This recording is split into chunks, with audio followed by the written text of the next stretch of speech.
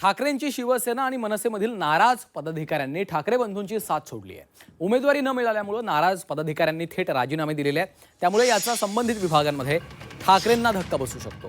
कारण अनेक वर्षांपासून या पदाधिकाऱ्यांनी ठाकरेंच्या बरोबर काम केलेलं आहे। मात्र ऐन निवडणुकीच्या काळात पक्षात डावलल्यानं पदाधिकाऱ्यांनी ठाकरेंना सोडचिठ्ठी दिली।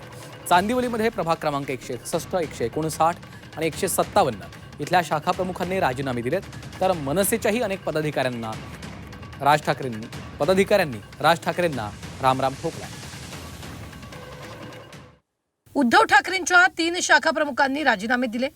उमाकांत भांग, प्रशांत नलके, बाळकृष्ण गटे या शाखा प्रमुखांनी राजीनामा दिला, तर मनसेच्या एकूण 11 पदाधिकाऱ्यांनी राजीनामे दिले। चांदिवली विधानसभेमध्ये निष्ठा विकली गेली।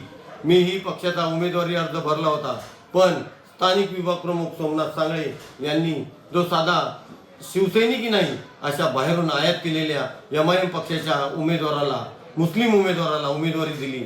मराठी माणसाची निष्ठा तुटपुंज पैशासाठी विकली गेली।